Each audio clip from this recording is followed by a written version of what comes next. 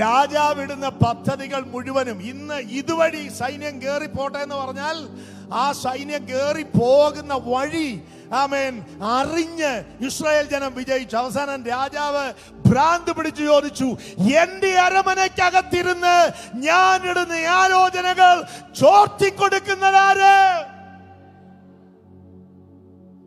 ഒരാൾ അവിടെ നിന്ന് പറഞ്ഞു, യജമാനനെ, ഇതൊന്നും ആരും ചോർത്തിക്കൊടുക്കുവല്ല, അവരുടെ പാളയത്തിനകത്ത് ഒരു പ്രവാചകൻ ഇരിപ്പുണ്ട്.